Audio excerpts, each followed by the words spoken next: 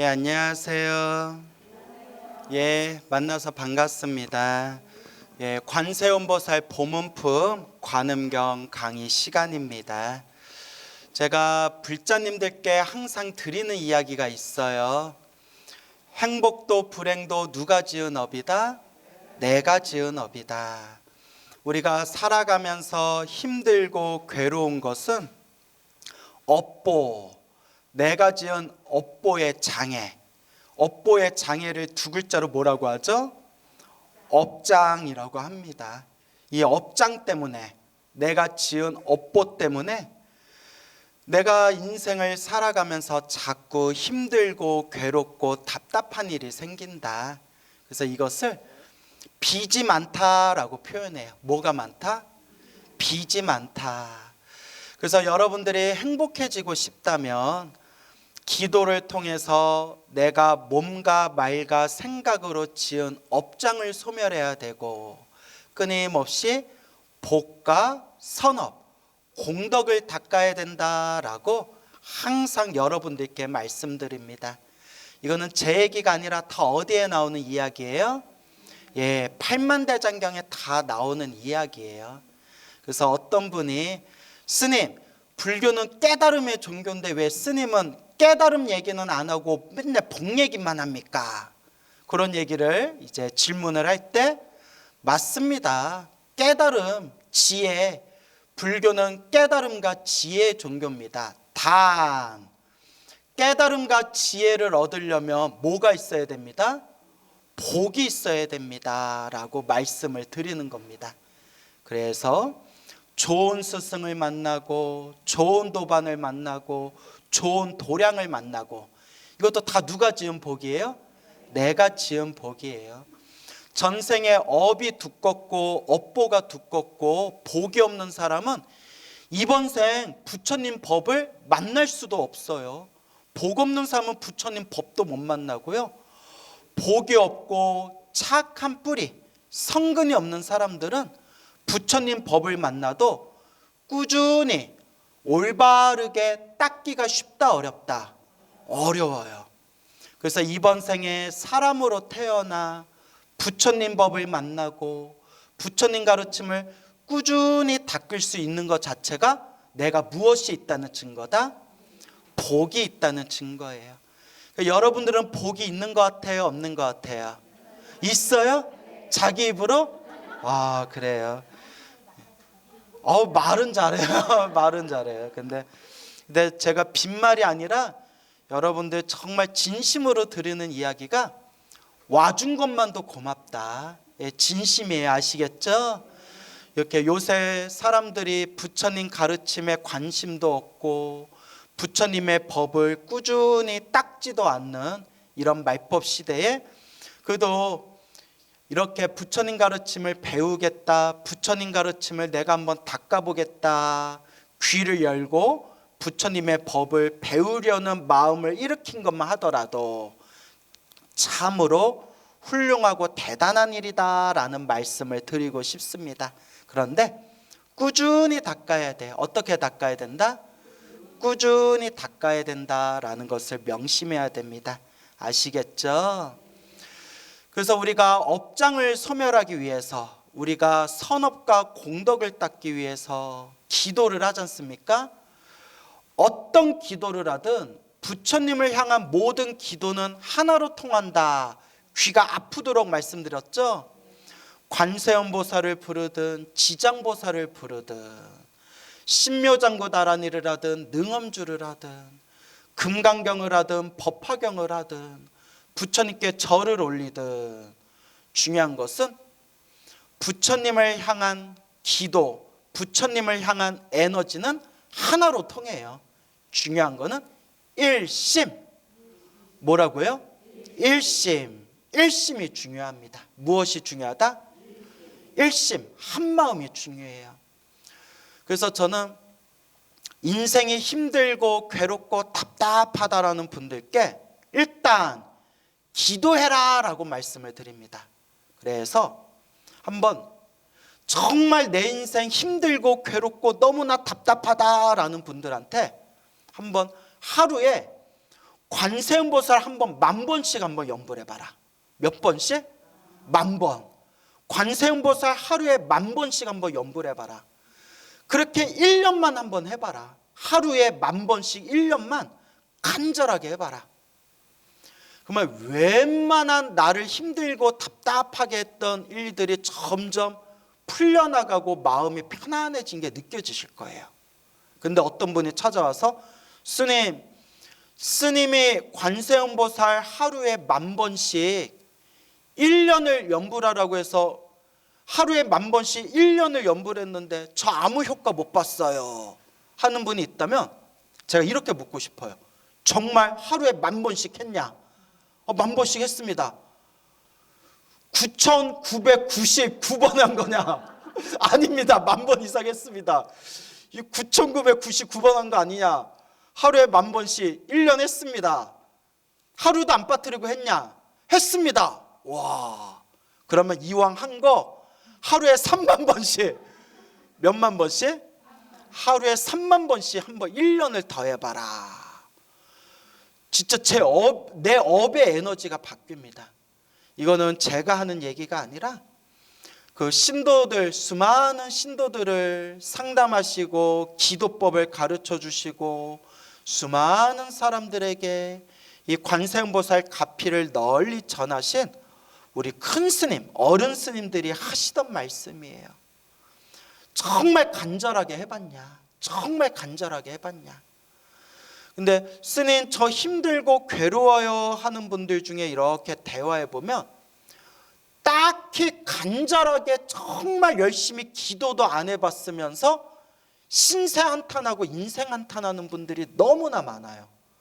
정말 내가 뭐라고 그 가슴도 아프고 힘들고 괴롭다는 사람한테 내가 뭐라 말하기도 어렵고 정말 우리 성철스님처럼 성철스님은 뭐라고 했냐? 성철스님은 저는 여러분들 관세음보살 하루에 10,000번씩 한번 연불해봐라 이러죠?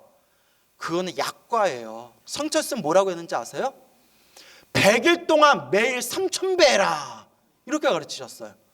스님 저 죽을 것 같아요. 저 진짜 너무 힘들어서 죽을 것 같아요. 죽을 것 같냐? 그러면 죽을 각오로 하루에 3,000배 100일 기도를 해봐라. 그러면 반드시 운명이 바뀐다라고 성철 스님이 얘기하셨어요. 그러면 사람들이 스님 절하다 죽을 것 같아요. 절하다 죽을 것 같아요. 그 성철 스님 뭐라고 하셨냐면 절하다 뒤져라 이러셨대요. 절하다 죽어버리라고. 그 정도 노력도 안 하고 어떻게 자기 팔자를 바꾸냐고.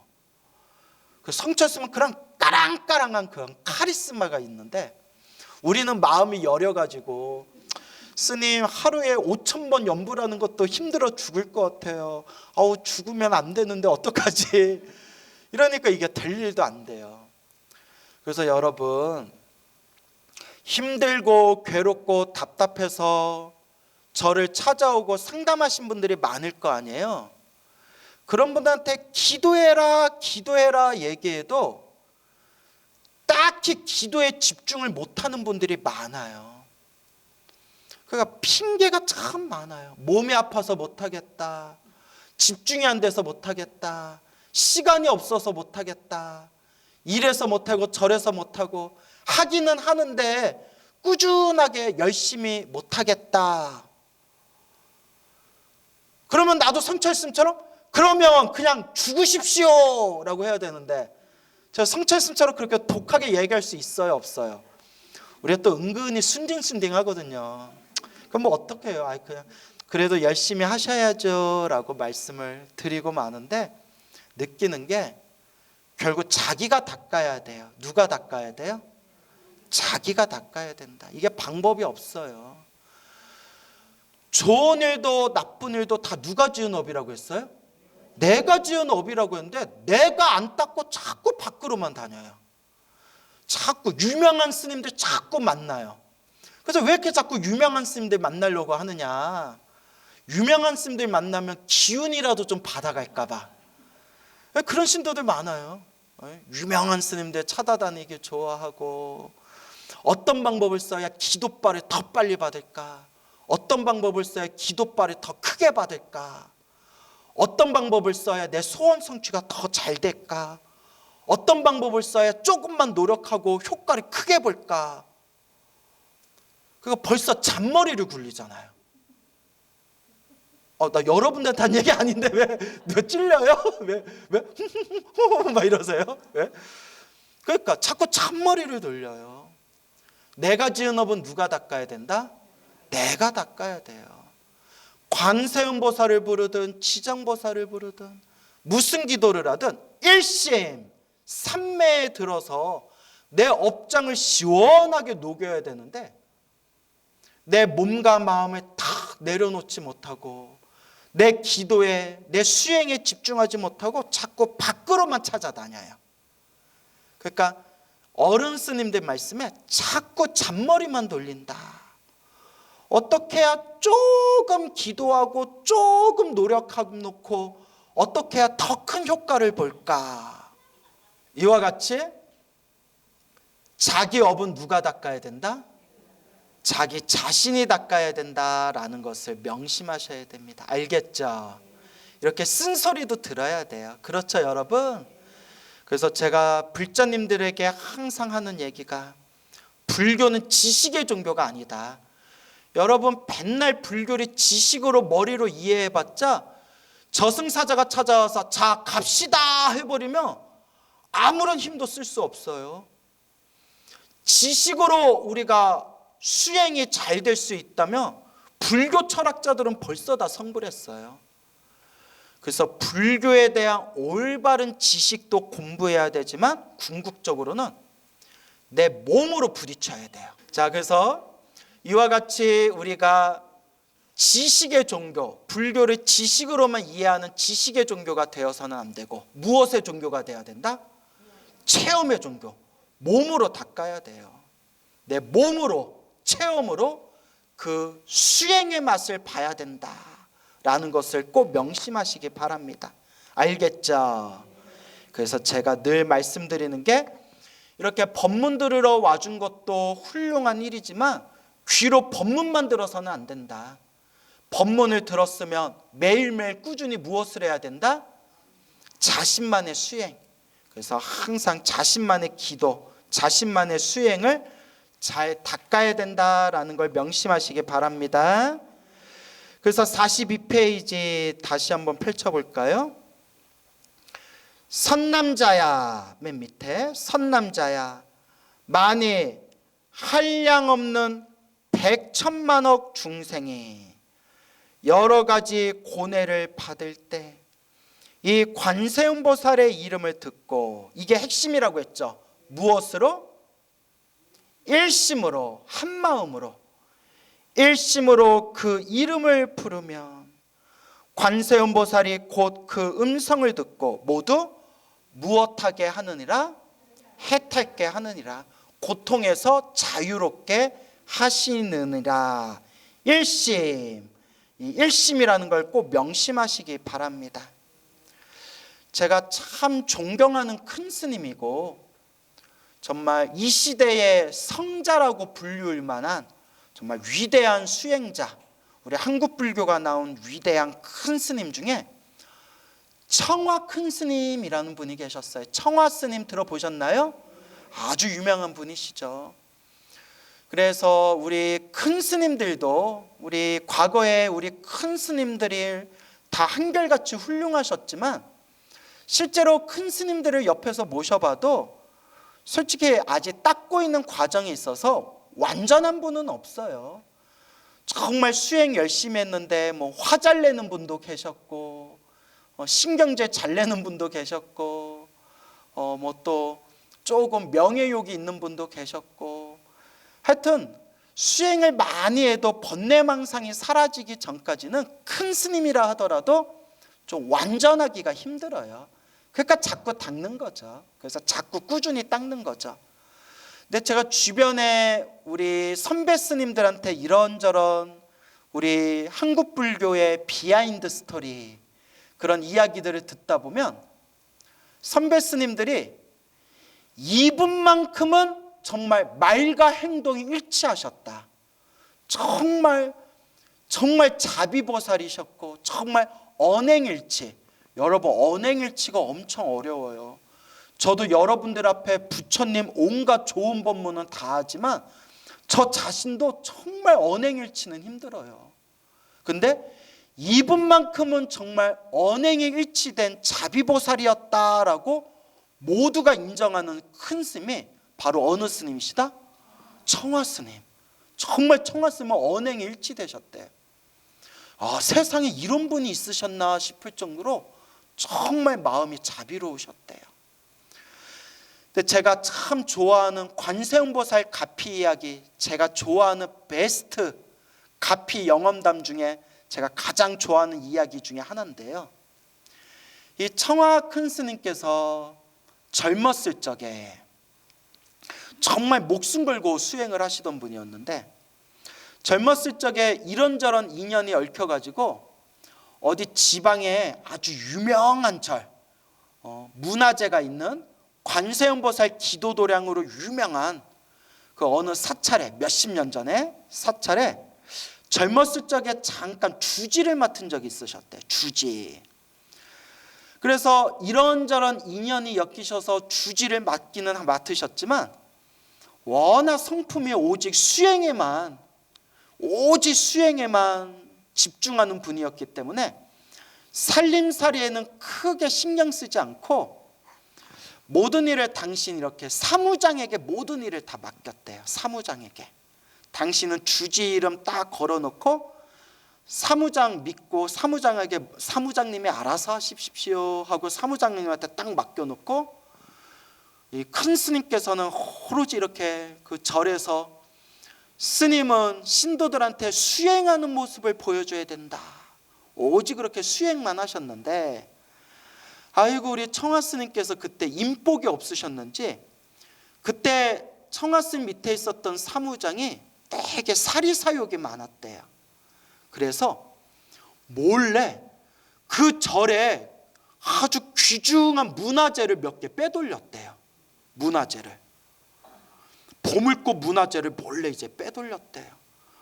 아유, 이 세상에 만나기 힘든 그런 큰 스님을 만나게 되었을 때 그 큰 스님 밑에서 좀 공부 좀 하고 수행 좀 하고 공덕을 닦을 생각은 안 하고, 그렇게 큰 스님을 주지스님으로 모셔놓고 그 밑에서 큰 스님 눈을 속여가지고 몰래 그 사찰에 있는 문화재를 막 빼돌리는 거예요. 그래서 항상 느끼는 게 중생은 다 자기 업보대로 사는구나. 여러분, 우리 눈앞에 부처님이 나타나도 결국 다 자기 업대로 삽니다. 부처님이 우리 눈앞에 나타나도 결국은 부처님이 광우야 그러지 말아라 해도 부처님 가만히 계세요. 제가 알아서 할게요. 우리 중생 업이 그래요. 동감하시죠? 예, 우리 업이 그래요. 그 큰 스님 눈을 속여가지고 문화재를 몰래 빼돌리다가 신도들한테 걸린 거예요, 결국.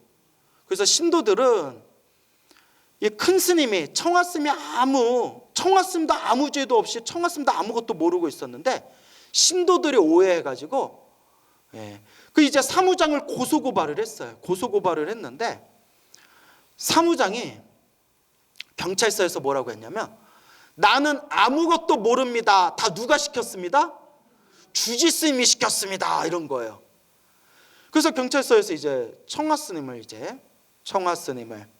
경찰서에 이제 불러가지고 신문을 하는데, 아이고 우리 청화스님이 너무나 진실하고 너무나 순수한 수행자다 보니까 우리 같으면 광우스님 주지로 있었을 때 밑에 사무장이 이런저런 문화재를 빼돌렸는데 주지스님이 시켰다고 하는데 광우스님 사실입니까? 하며 내 말 좀 들어보소.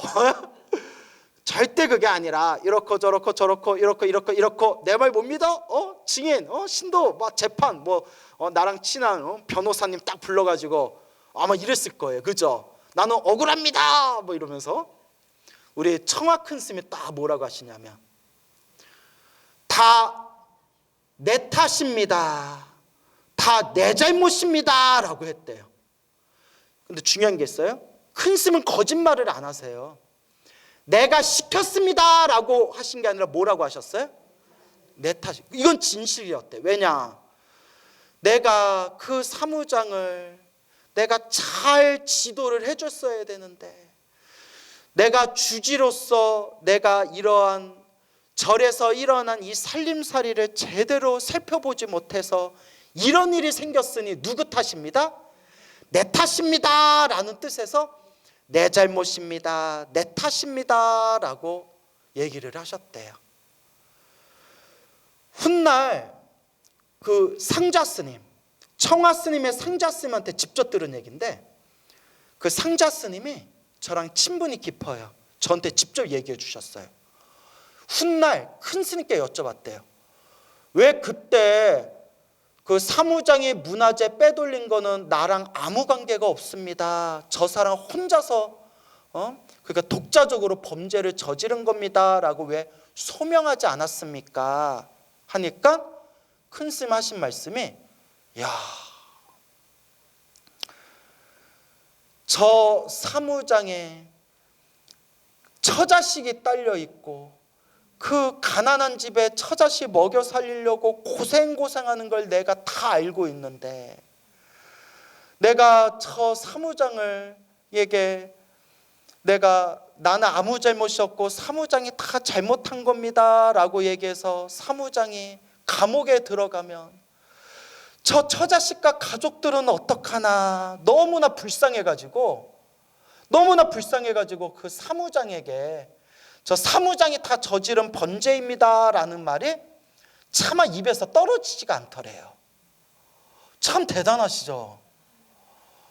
야, 아니 머리로는 이해가 다 돼요. 머리로는 이해가 되지만 그러기가 쉬워요, 어려워요?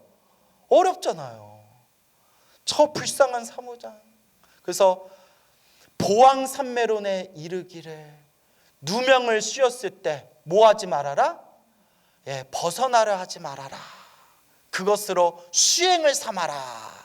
그 말씀을 마음에 되새기면서 다 내 탓입니다. 이 일이 일어나기까지 주지로서 내가 제대로 살펴보지 못한 내 잘못입니다 라는 뜻에서 내 탓입니다, 내 잘못입니다 라고 얘기했는데, 이제 여기 경찰하고 검찰은 자백받았다 이렇게 된 거예요. 저 주지스님이 다 자기가 시켰다라고 자백을 했습니다 이렇게 해가지고 교도소에 들어가셨대요. 교도소에. 그래서 얼마 동안, 한 몇 달 동안 교도소에 이렇게 계셨다는데, 짧은 시간 동안 교도소에 계셨는데, 교도소에 딱 앉으셔가지고 가만히 앉아서 밥 때 되면 밥 줘, 아무것도 하지 말고 가만히 앉아서 벽만 쳐다보라고 해. 공부하기가 딱 좋더래요. 그래서 이것도 내가 내 인욕의 바람이를 닦고 내가 수행하는 지금 인연이다 생각하고 교도소에서 수행을 하셨는데, 어느 날이었대요. 바깥에서 면회 온 사람들한테 이야기를 들었는데, 평소에 청하 스님을 존경하는 신도들이 난리가 나가지고 우리 스님이 그럴 뿐이 아니라고 모함을 받은 거라고 막 교도소 앞에서 데모하고 바깥에서 구명운동하고 난리가 났더래요. 신도들이 우리 청하 스님이 억울한 누명을 썼다.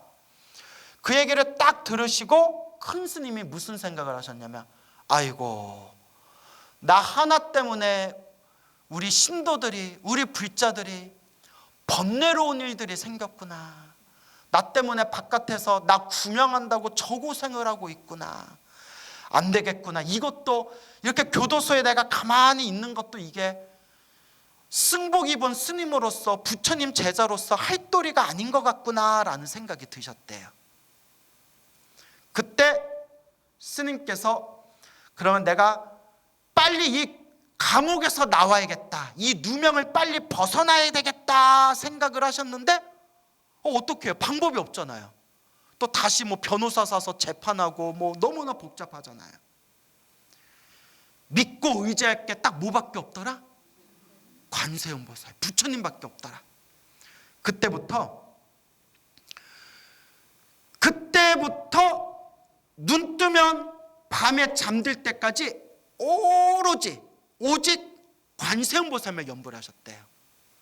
내 주변에 교도소에 사람들이 살고 있으니까 마음으로 딱 집중해서 오로지 누구만 연불했다? 관세음보살만 불렀대. 오직 관세음보살. 아침에 눈 뜨면 밤에 잠들 때까지 오직 최대한 관세음보살 5글자를 놓치지 않고 오직 관세음보살만 연불하셨는데 한밤중에도 최대한 잠을 자지 않고 철야정진을 하셨대요. 어떻게 하냐면 이제 저녁에 잠들 때 불 끄면 사람들하고 똑같이 누워서 잠자는 척 하다가 누워서 관세음보살 연불하다가 사람들 코 고는 소리가 들리고 사람들이 다 잠든 그런 느낌이 들면 그 자리에서 살짝 일어나서 가부좌를 딱 틀고 앉아서 아침에 해가 뜰 때까지 오직 관세음보살만 연불하셨대요. 오직 관세음보살. 그렇게 몸과 마음을 집중해서 하루 종일 관세음보살만 연불하기를 약 일주일이 지났을 때. 며칠? 일주일. 그러니까 여러분, 지극한 마음으로 연불하고 기도해서 딱 일심 삼매에만 들 수 있으면 일주일이면 된다는 거예요. 옛날 큰 스님들이 3일만 해도 된댔어요. 3일만 해도 된다. 스님, 저는 3일이 아니라 3개월을 했는데도 왜 잘 안 될까요? 뭐가 안 돼서 그래요? 일심이 안 돼서 그래요. 일심이 안 돼서. 약 일주일이 지났을 때 그날도 하루 종일 마음속으로 관세음보살 연불하다가 한밤중에 이제 다 누워가지고 불 끄고 옆에 같은 감방 안에 있는 죄수들이 다 잠든 걸 확인한 뒤에 자리에서 딱 일어나서 결가부좌를 딱 하고 허리를 세우고 한밤중에 온 마음을 집중해서 마음속으로 관세음보살을 불렀대요. 마음속으로. 옆에 사람들이 자고 있으니까. 오로지 관세음보살을 딱 부르는 그 순간에 몸과 마음이 도저히 말로써 표현할 수 없는 어떤 묘하고 깊은 차원에 싹 들어가는 느낌이 들면서 허공에서 눈을 뜨고 있는데, 꿈이 아니라 눈을 뜨고 있는데 눈뜬 상태에서 허공에서 찬란한 광명이 펼쳐지더니 허공에서 생생하게 관세음보살이 나타나셨대. 누가 나타나셨어요? 관세음보살. 어디에? 깜빵에. 깜빵에 허공에서 찬란한 빛이 펼쳐지면서 관세음보살님이 또렷하게 생생하게 관세음보살님이 촥 나타나서 연불하고 있는 청화스님을 바라보면서 이렇게 미소를 짓고 있더래요.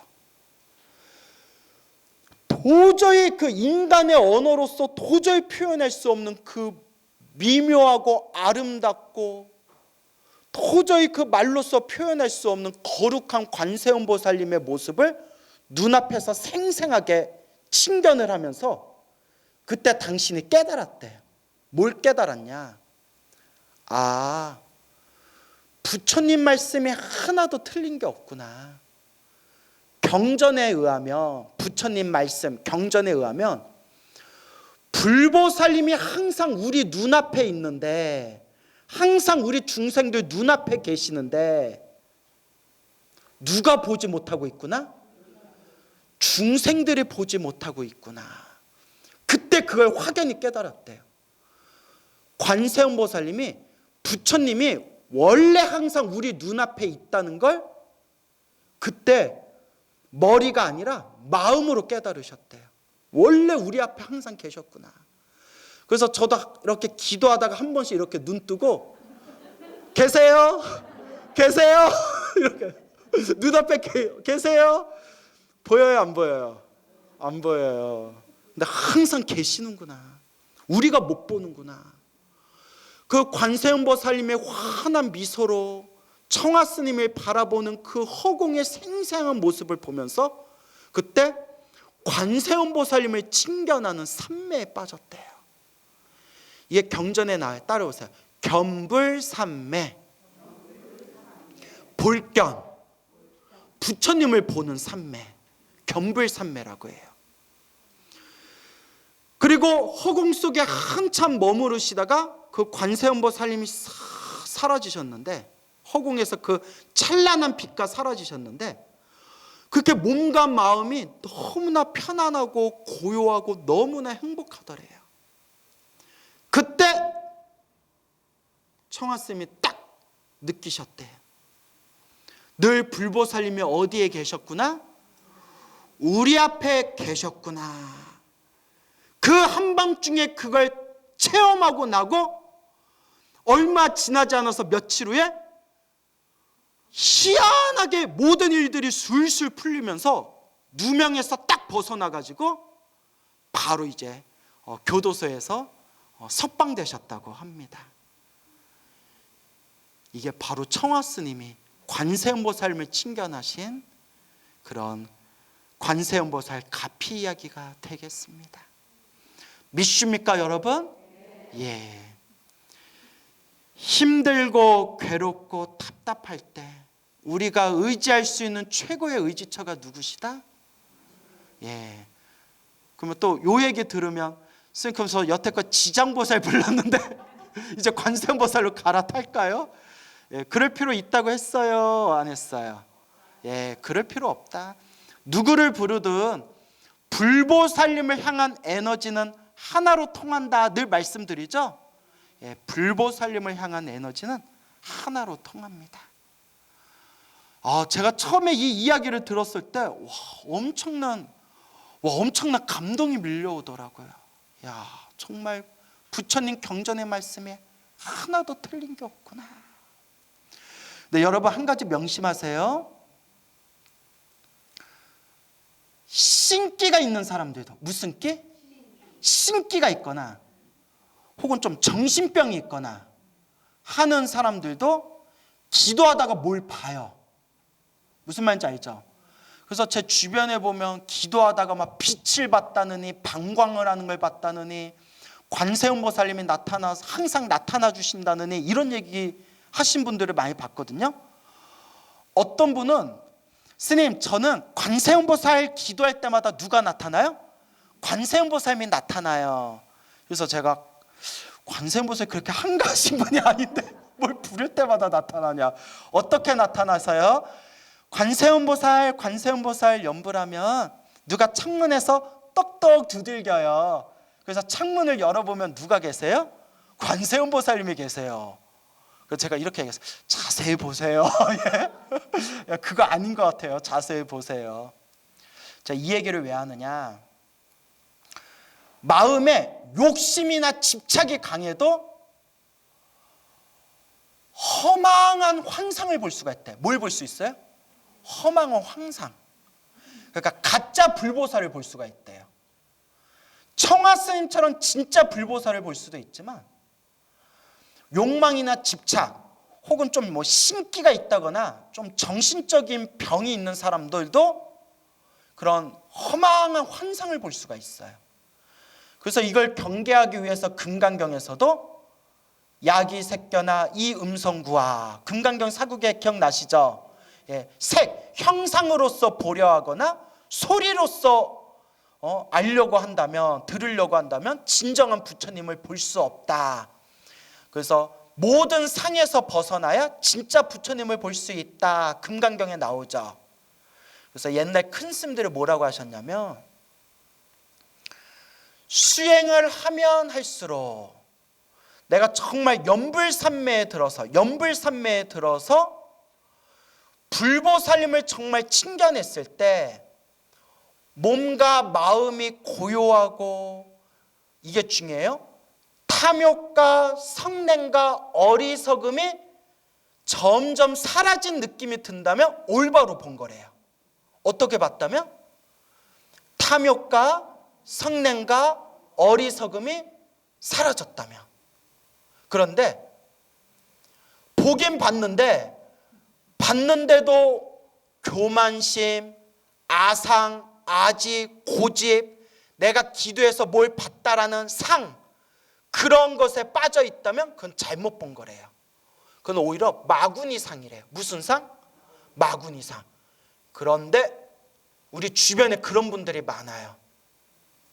그래서 저한테 막 자랑하고 싶어서 스님 제가 뭐 봤어요 하는 분들 딱 이야기 들어보고 눈빛 보면 대충 견적이 나와요. 견적이 나. 아이고 그거 잘못 봤는데 또 진짜 봤다고 착각하고 있구나. 제대로 보신 분들은 고요하고 평온하고 상이 없어요.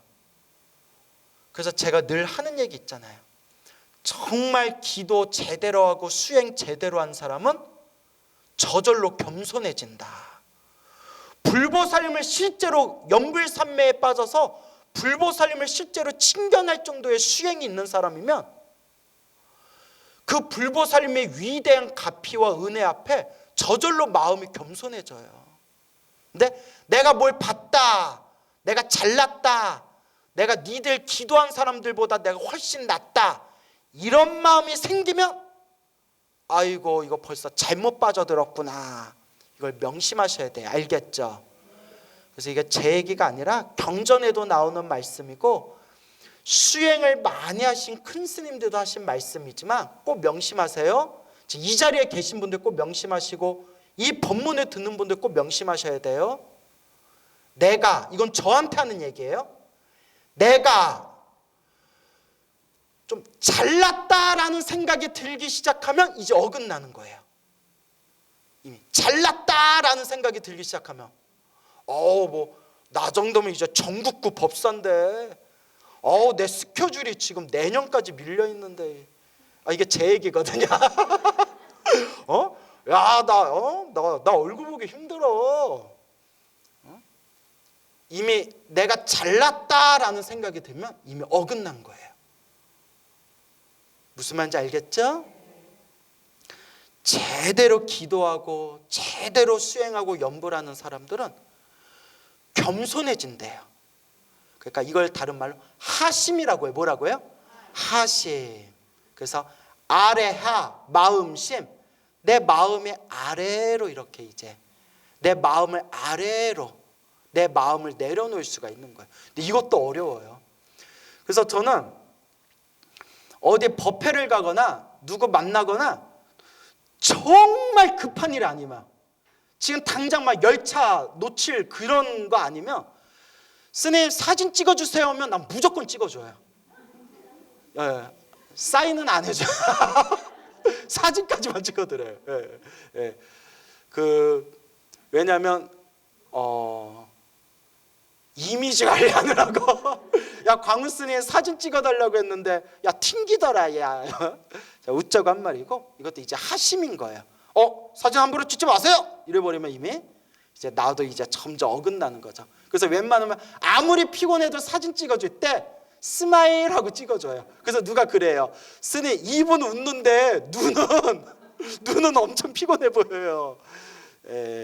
자 이제 반 웃자고 한 말인데 그래서 여러분들은 공부하고 기도하고 연불하면서 뭘 보거나 뭐 특별한 신비한 체험을 했다 하더라도 나 잘났다, 내가 뭐 봤다, 뭐 체험했다 이런 아상에 빠지면 된다 안 된다? 그럼 정말 어긋나요. 정말 어긋나서 그래요. 그런데 제가 이렇게 이 부분에 대해서 간곡하게 얘기하는 게 의외로 내가 뭘 봤다, 내가 뭘 체험했다 이런 거에 집착하는 분들이 너무 많으시더라고요. 그래서 그런 걸 좀 깨주려고 제가 좀 세게 얘기하면 막 되게 기분 나빠하시고 자기를 인정을 안 해주니까 이미 나를 인정해주지 않았기 때문에 기분 나쁜 것 자체가 이미 교만심에 빠진 거예요. 그래서 여러분 탐욕과 성냄과 어리석음이 완전히 소멸하는 그날까지 방심하면 된다 안 된다? 안 된다. 나 잘났다는 생각이 들기 시작하면 이미 공부는 거꾸로 가는 거래요. 그래서 여러분, 우리가 마음 공부가 아직 부족해서 잘 되지는 않지만 억지로라도 내 마음을 자꾸 하심해야 돼요. 뭐 해야 된다? 하심. 왜냐? 마음 공부도 습관이거든요. 마음 공부도 습관이에요. 그래서 여러분, 기도의 핵심은 일심. 그리고 일심, 기도 연불이 일심으로 들어가서 연불산매에 들어가면 실제로 불보살림을 칭견하는 견불산매를 얻을 때가 있다. 무슨 산매? 견불산매. 근데 내가 올바른 견불산매를 체험했냐, 아니면 허망한 헛것을 봤냐, 그 기준은 내 마음 공부가 얼만큼 닦였냐, 내 마음자리가 얼만큼 바뀌었냐, 그걸 기준으로 삼아야 된다. 아무리 눈앞에서 불보살림을 100번, 1000번, 10,000번을 봤더라도 나 잘났다라는 교만심이 있고 탐욕과 성냄과 어리석음이 더 강해졌다면 그거는 헛거를 본 거고, 내가 연불산매가 깊어져서 정말 생생하게 살아계신 불보살림의 거룩하신 모습을 칭견했을 때 내 몸과 마음이 고요하고 편안해지고 탐욕과 성냄과 어리석음이 많이 줄어들었다면 그거는 좀 제대로 연불했다라고 말할 수 있을 것이다. 그러니 이 마음을 잘 꿰뚫어 봐야 된다라는 것을 꼭 명심하시기 바랍니다. 알겠죠?